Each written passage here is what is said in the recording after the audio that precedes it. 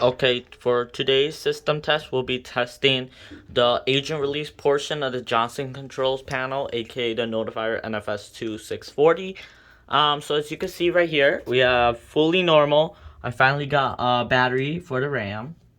So since we're testing the agent release portion, we're going to be using these LEDs. So as you can see, there's pre-discharge, there's discharge, and abort active. I'm not going to be using the abort switch because I don't have any monitor modules. If I did have an abort switch, I'll probably set this as an abort switch. But we'll be using pre-discharge and discharge.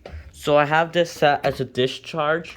So once this goes off, it goes into full discharge mode, and have detector on module detector address 1 set as a pre-discharge, and everything else is for the fire alarm system. So if the agent release system were to activate, the fire alarm system does not activate. And if the fire alarm system were to activate, the agent release system will not activate. So these are for like if they were separate parts of the building or separate buildings. So yeah, that's how I have it configured. So we're just going to be testing the fire suppression release portion. Also, I'll have this hooked up. It's just the LED. But anyways, let me grab my magnet. It will set off the pre-discharge, and then we'll do the countdown. The countdown is set for 45 seconds. Also, I have the pre-discharge knack, which is this horn right here to pulse. So yeah, let's start the test.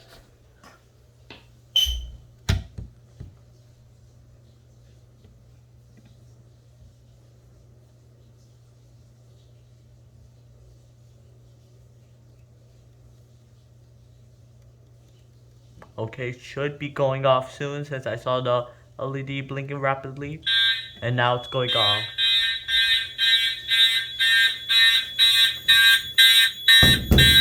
As you can see, it's a pre-discharge. There's a fire alarm, but the knacks aren't going off.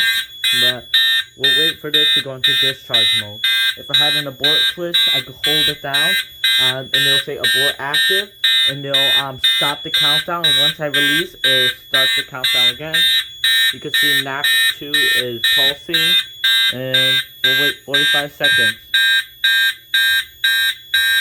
And as you can see, it says loop 1, detector 1.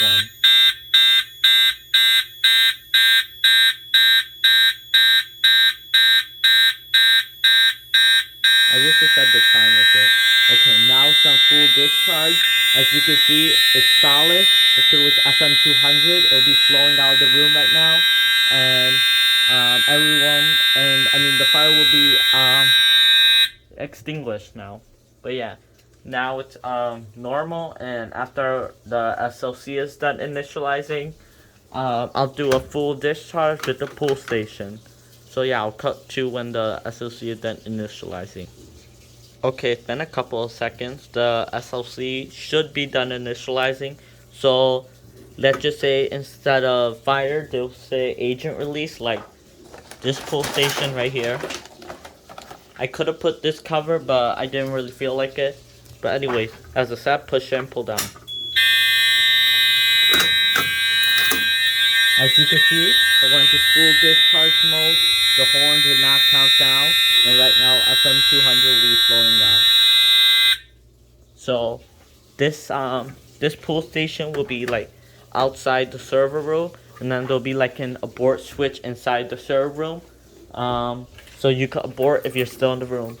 Now I'm going to be doing a test where you can skip the countdown. Let's say a detector did activate. You're aware, but you already fled the room and want to skip the countdown.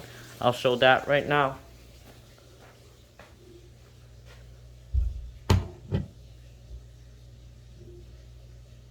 That was kind of weird. Maybe the SLC need to initialize. So yeah, we'll see what happened. It should be going off. Okay. Now it went off. Let's say we fled the room and we wanted to do a full discharge. Okay, now FM200 will be releasing, and the fire will be being extinguished. But yeah, this was a test of the agent release portion of the Johnson Controls Notifier rebrand, the NFS2-640, and I hope you liked it, and bye.